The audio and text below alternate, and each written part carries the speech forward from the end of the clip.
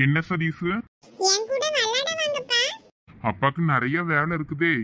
அப்பா அப்பா வாங்கப்பா ப்ளீஸ் பா, நம்ம விளையாடலாம். நீங்க எனக்கு அன்னைக்கு ஃபைட் சொல்லி தரேன்னு சொன்னீங்கல்ல, உன்னை யாராவது அட்டாக் பண்ண வந்தா எப்படி நீ திருப்பி அட்டாக் பண்ணனும் சொல்லி தரேன்னு சொன்னீங்கல்ல. இப்போ என்னன்னா சொல்லியும் தர மாட்டீங்க, விளையாடவும் வர மாட்டேங்கிறீங்க. வாங்கப்பா ப்ளீஸ் பா. டிஷூம் டிஷூம் டிஷூம் டிஷூம். சதீஷ் ரொம்ப சந்தோஷமா இருக்கான். இப்ப நீ திருட வந்தனா எப்படி அட்டாக் பண்ணுவ சொல்லு? டிஷூம் டிஷூம் இப்படி அட்டாக் பண்ணுவேன். இப்ப நான் எப்படி அட்டாக் பண்ண போறேன் தெரியுமா? டிஷூம் டிஷூம்.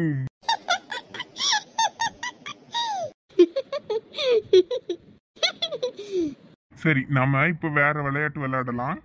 வா, நம்ம வெளியே போய் விளையாடலாம். சரிப்பா. சதீஷ் எவ்வளோ சந்தோஷமா விளையாடுறான் உங்க அப்பா கூட. இப்படி ராஜேஷ் சந்தோஷமா இருக்கும்போது என்னை பத்தின எல்லா ரகசியத்தையும் ராஜேஷ் கிட்ட சொல்லிடணும்னு தோணுது. ஆனா சொல்றதுக்கு பயமா இருக்கே. உண்மையை சொன்னா சதீஷை மறுபடியும் ஏத்துப்பாங்களான்னு தெரியலையே. இப்போ நான் அந்த உண்மைக்கும் பொய்யுக்கும் நடுவில் மாட்டிக்கிட்டு நான் தான் கஷ்டப்படுறேன். சரி, அம்மா கிட்ட கேட்டுட்டு எதனால முடிவெடுக்கலாம். பாத்தீங்களா நீ எப்படி நல்லவ மாதிரி துணியை மடிச்சுக்கிட்டு நிற்கான்னு? என்ன நீ ஒன்றும் சொல்லாமல் நிற்கிறிய? உங்கள் மருமக எவ்வளோ அழகாக துணியை மடிக்கான்னு பார்த்துக்கிட்டு இருக்கியலோ. அப்பப்பா, இவளை மாதிரி ஒரு பொண்ணை நான் இந்த உலகத்தில் பார்த்ததில்ல. எப்படி நடிக்கலான்னு இவகிட்ட தான் பார்த்து கற்றுக்கிடணும். இவ மட்டும் சினிமாவில் நடிக்க போனான்னு வைங்க நீ, இவெல்லாம் பெரிய நடிகை ஆயிடுவா. பாருங்க உங்கள் பையன் துணியை எப்படி மடித்து வச்சு நடிச்சுக்கிட்டு இருக்கான்னு. அவள் என்ன வேணாலும் நாடகம் ஆடிக்கிட்டு போட்டோம். நீ அதை பற்றிலாம் ஒன்றும் எனக்கு கவலை இல்லை. ஏன்னா என் புருஷன் தான் இவளுக்கு 3 மாதம் டைம் கொடுத்துருக்குறாரே. அதனால நாம எதுக்கு இவகிட்ட போட்டு பேசிக்கிட்டு? 3 மாசத்துல இவளால் என்ன பண்ணிட முடியும்? எதுவும் மாற போகிறதில்ல. விடுங்க அண்ணி, இவ விஷயத்தில் இனிமேல் நான் தலையிட போகிறதில்ல. அவருக்கு தெரிஞ்சதுன்னா வேற என் மேலே தான் கோவப்படுவார். என்ன நீ இப்படி சொல்லிட்டீங்க? இந்த வீட்டுக்கு மூத்தவங்க நீங்கள். அண்ணன் இல்லாதப்ப நீங்கள் தானே எல்லா முடிவும் எடுக்கணும். உங்கள் கண்ணு முன்னால் ஏதாவது தப்பு நடந்துச்சுன்னா நீங்கள் தானே தட்டி கேட்கணும். என் கண்ணு முன்னால் ஏதாவது அநியாயம் நடந்தால் நான் கண்டிப்பாக கேட்பேன்.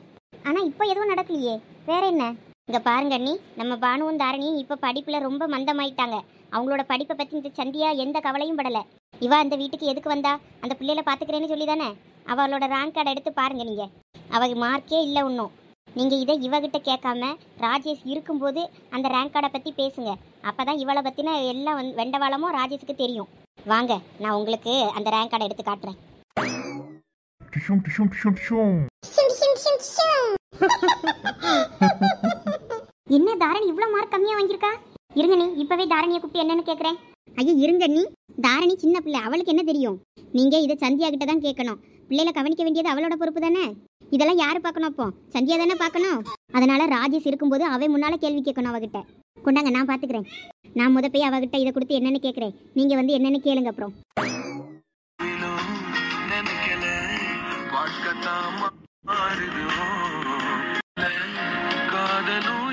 ஓஹோ, கதை அப்படி போகுதோ? சந்தியா, உன் பையனுக்கு அப்ப இல்லாத குறைய எங்க ராஜேஷ் நிறைவேற்றிட்டான். இந்த அம்மா இல்லாத பிள்ளைகளுக்கு யார் இருக்கா? ப்ளீஸ் அத்தை, இனிமே எப்பயும் தாரணியையும் பானுவையும் பார்த்து தாய் இல்லாத பிள்ளைன்னு சொல்லாதீங்க.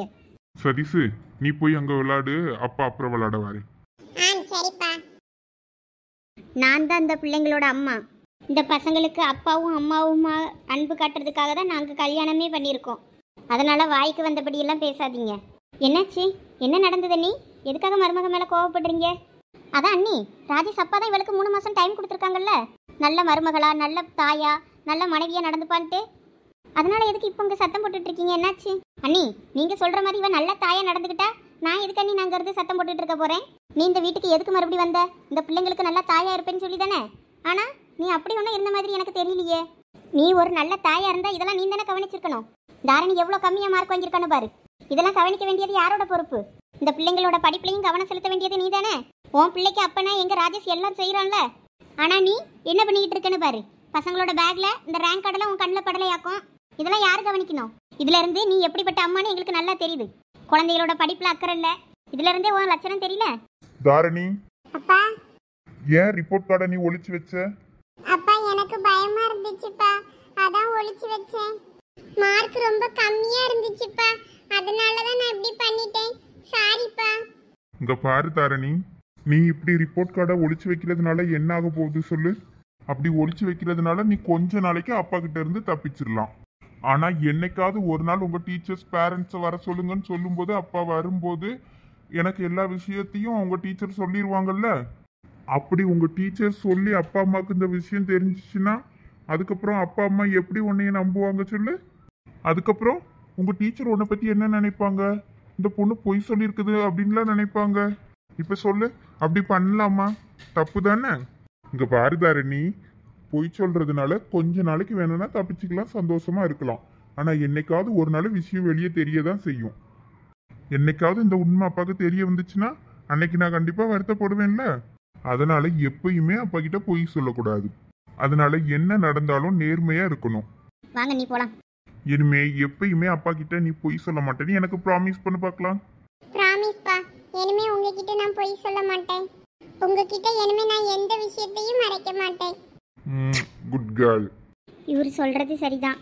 எந்த காரணத்துக்காகவும் உண்மையை மறைக்கக்கூடாது. அப்படி உண்மையை மறைச்சா அது அவங்கள ஏமாத்துறதுக்கு தான் சமம். இனிமேல் இவர்கிட்ட எதையும் மறைக்கக்கூடாது, உண்மையை சொல்லிடணும். இன்னைக்கு என்னை பற்றின எல்லா உண்மையும் இவர்கிட்ட சொல்ல தான் போகிறேன். அம்மா ஃபோன் பண்ணுறாங்க. அம்மா, நானே உங்களுக்கு கால் பண்ணணுன்னு இருந்தேன், நீங்களே பண்ணிட்டீங்க. ஏம்மா, எதுவும் பிரச்சனையா என்ன? சம்மந்தியம்மா எதுவும் சொன்னாங்களா? இல்லைம்மா, அத்தைலாம் எதுவும் சொல்லலை. எனக்கு தான் மனசுக்கு என்னமோ ஒரு மாதிரி குழப்பமாக இருக்குது. அம்மா, எனக்கு என்ன பண்ணுறதுன்னே தெரியல. அவர்கிட்ட உண்மையை மறைக்காமல் எல்லாத்தையும் சொல்லிடலான்னு தோணுதுமா. ஒரு பக்கம் சதீஷுக்கு ஒரு நல்ல அப்பா கிடச்சிருக்காங்கன்னு உண்மையை மறைச்சிடலாமான்னு தோணுது. இன்னொரு பக்கம் அவர்கிட்ட உண்மையை மறைக்கிறோமேன்னு சொல்லி வருத்தமாகவும் இருக்குது. என்ன பண்ணுறதுனே தெரியலம்மா, மனசுக்கு ரொம்ப குழப்பமாக இருக்குது. என்ன இவா இப்படி சொல்லிக்கிட்டு இருக்கா? அந்த பையன்கிட்ட உண்மையை சொன்னால் என்ன நடக்கும்? அம்மா, அவருக்கு பொய் சொல்கிறது சுத்தமாக பிடிக்காதுமா. அம்மா, இப்போ நீங்களே சொல்லுங்கள், இப்போ நான் என்ன பண்ணுறது? இங்கே பாரு சந்தியா, 2வது கல்யாணம்ன்றது சாதாரண விஷயம் இல்லை. இங்கே பாரு, நீ இப்போ மனசை போட்டு ஒன்றும் குழப்பிக்காத. நீ நேராக கிளம்பி இங்கே வீட்டுக்கு வா. ஏன்னா உன் திங்ஸ் எல்லாம் இங்கே தானே இருக்குது, எடுத்துகிட்டு போக வந்தேன்னு சொல்லி கேட்டுட்டு வா. இங்கே வந்து ஏதாவது இருந்தாலும் பேசிக்கிடலாம். நீ வீட்டுக்கு வா.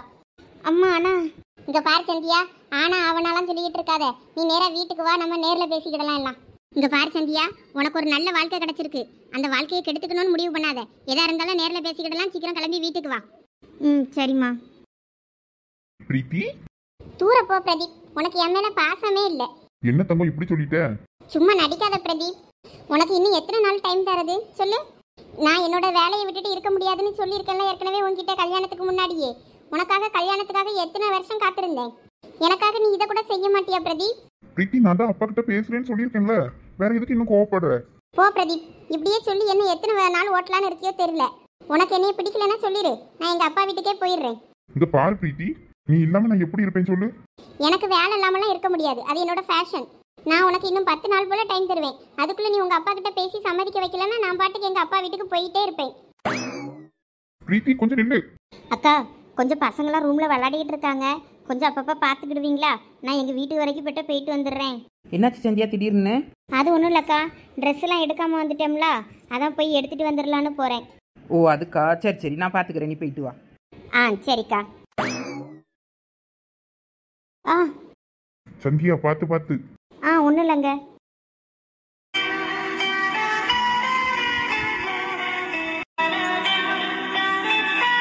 இந்தாங்க சந்தியா. தேங்க்ஸ். அம்மா, இப்போ எங்க போறீங்க? இல்லை, வீடு வரைக்கும் போகிறேன், ட்ரெஸ் எல்லாம் எடுக்க வேண்டியிருக்கு, அதனால. சரி, நான் போயிட்டு வரேன்.